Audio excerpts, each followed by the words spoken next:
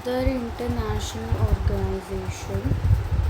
So today we will do this chapter, world bank. तो world bank क्या होता है? World War II had severely affected the manufacturing facilities and industrial facilities of various economies like France, UK, Germany, Japan and several other countries. That basically World War II. Okay, World War II had severely affected the manufacturing facilities means you manufacture goods, you make goods, right? And industrial facilities of various economies like France, UK, Germany, Japan and several other countries. Okay, not only these countries but the Asian and African and other Western countries were victim of World War. So basically जो World War II था उसने severely affect किया था production और industrial facilities को. ठीक है, in various economies जैसे कि यूके, जर्मनी, फ्रांस. ठीक है, फ्रांस हो गया, जर्मनी हो गया, यूके हो गया, जापान हो गया और several other countries.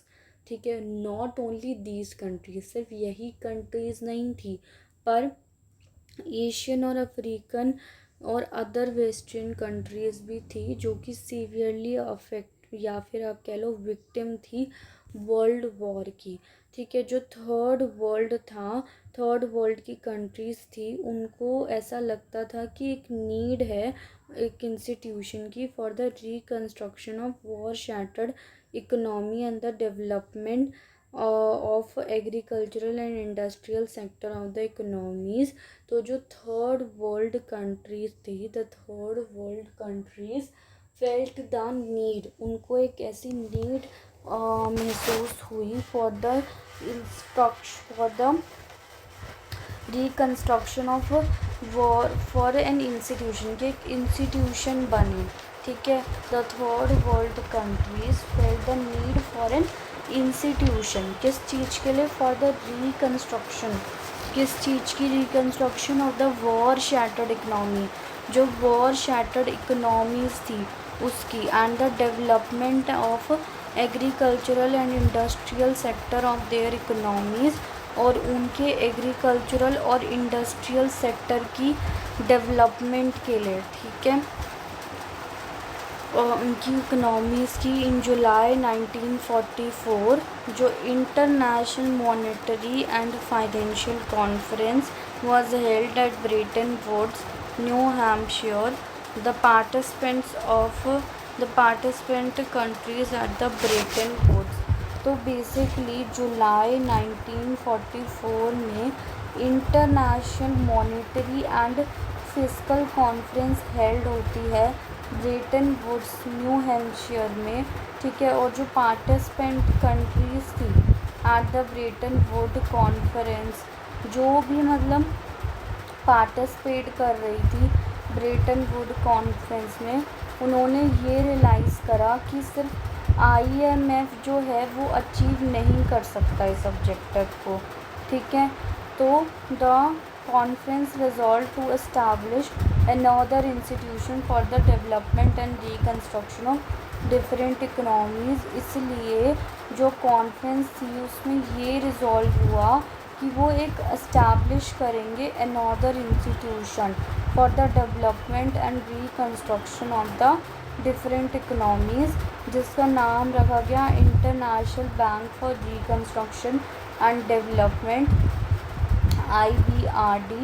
IBRD is known as world bank और IBRD international bank for reconstruction and development को पॉपुलरली वर्ल्ड बैंक बोला जाता है. World bank is an international financial institution. World bank क्या है? एक इंटरनेशनल फाइनेंशियल इंस्टीट्यूशन है जो प्रोवाइड करता है loans to developing countries for capital programs. ठीक है, तो यहाँ पे बेसिकली क्या है कि जो वर्ल्ड वॉर था उसने सीवियरली अफेक्ट किया था मैन्युफैक्चरिंग और इंडस्ट्रियल फैसिलिटीज़ को। ठीक है, इन वेरियस इकोनॉमीज़ लाइक जैसे फ्रांस, जर्मनी, ठीक है, यूके हो गया, जापान हो गया and several other economies. Not only these countries but several other but the Asian and African countries जो थी और अदर वेस्टर्न कंट्रीज़ वो भी विक्टिम थी ऑफ द वॉर और the world war. The third world की जो कंट्रीज़ थी felt the need for an institution, ठीक है, for the reconstruction of the war shattered economy and the development of agricultural and industrial sectors of their economies.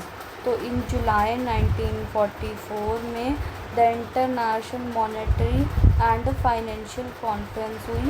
कौन सी हुई? The international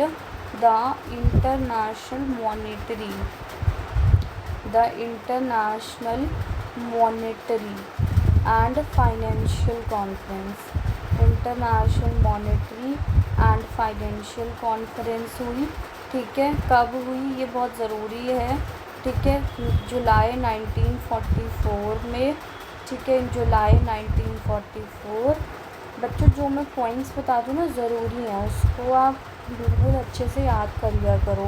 ठीक है, तो जैसे इन जुलाई 1944 the international monetary and fiscal financial conference was held at Bretton Woods, New Hampshire. The participant countries at the Bretton Woods conference realized that these objectives that only IMF cannot achieve these objectives. ठीक है, तो the conference resolved to establish another institution for the development and reconstruction of different economies. तो इन जुलाई तो basically जुलाई 1944 में, ठीक है, जुलाई 1944 में international monetary and financial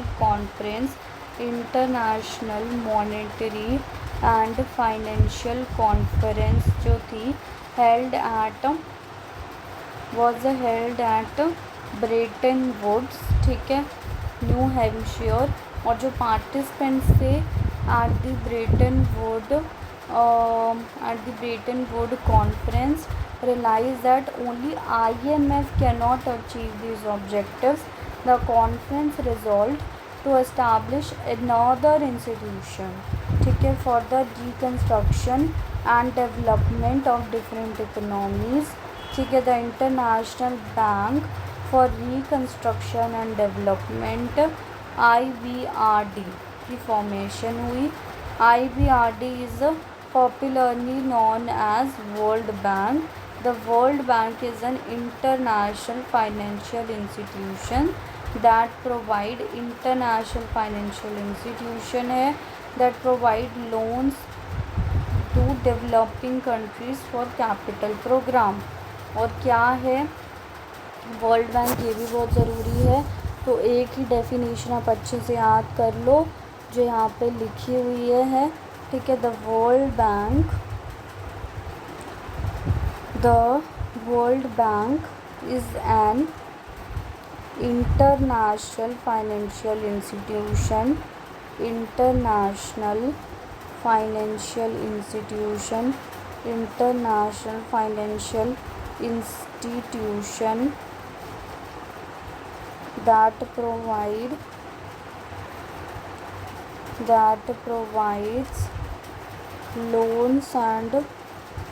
that provides loans to developing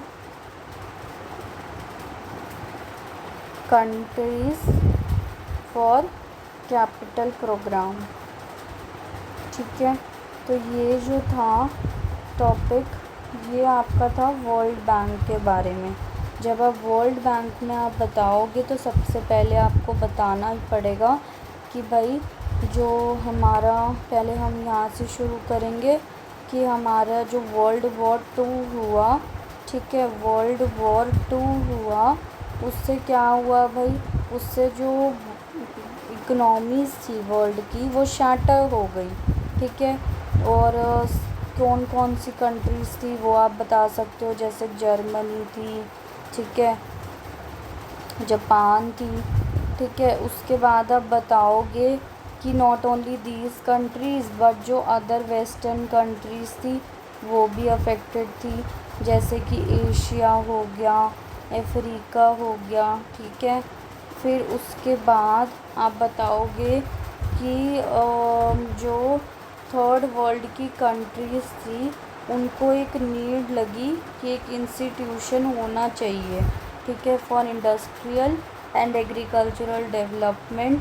फिर जो 1944 को कॉन्फ्रेंस हुई आप वो बताओगे, ठीक है। 1944 में फिर एक कॉन्फ्रेंस हुई ब्रेटन वुड न्यू हैम्पशायर में, और यहाँ पर फिर पार्टिसिपेंट्स ने डिसाइड करा कि जो IMF है वो इनफ नहीं है, ठीक है।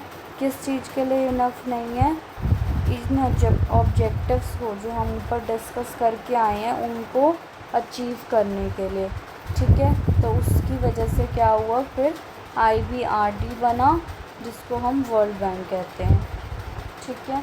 तो ये पूरा वर्ल्ड बैंक का डेफिनेशन था। इसके बाद हम करेंगे operations of world bank.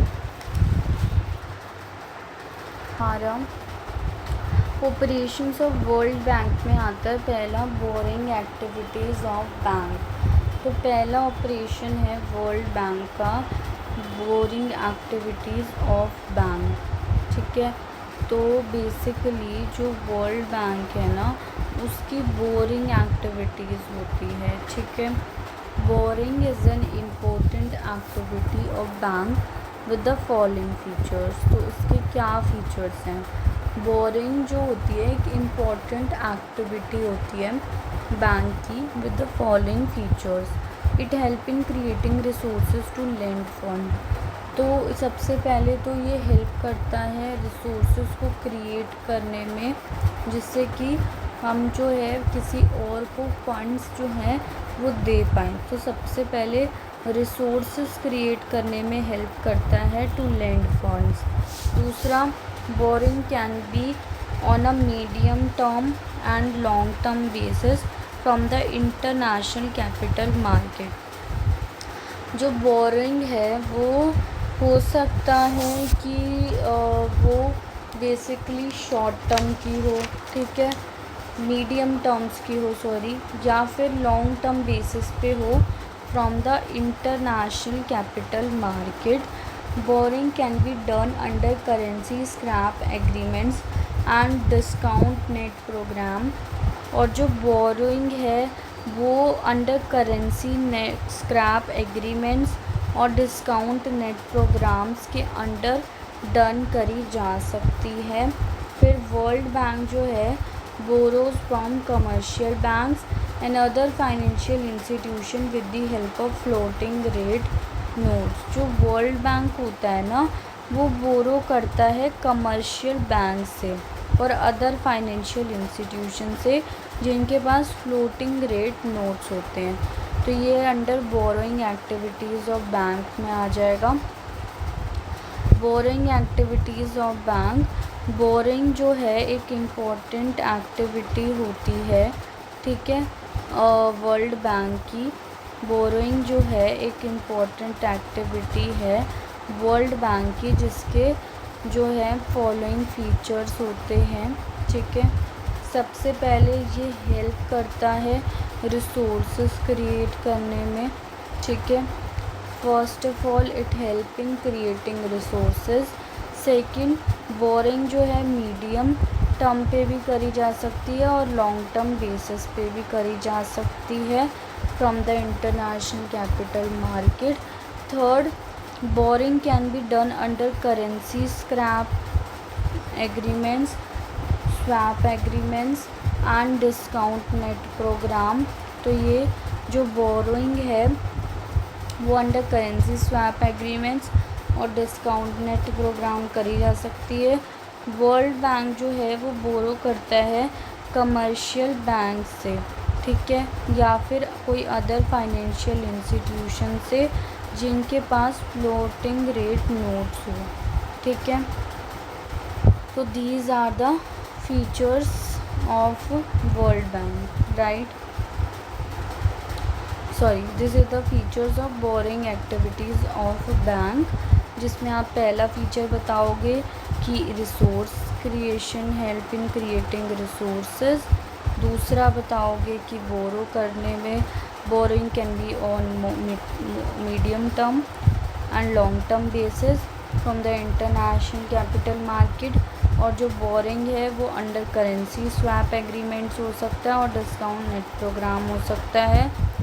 World bank जो है वो कमर्शियल बैंक से या फिर फाइनेंशियल इंस्टीट्यूशन से बोरो करता है with the help of floating rate notes. उसके पास फ्लोटिंग रेट नोट्स होते हैं। दूसरा ऑपरेशन है वर्ल्ड बैंक का lending activities of the bank. The bank can lend funds to it member country, ठीक है। तो बैंक जो है वो फंड्स लेंड कर सकता है, ठीक है, मेंबर कंट्रीज़ को। Some important consideration are as follow.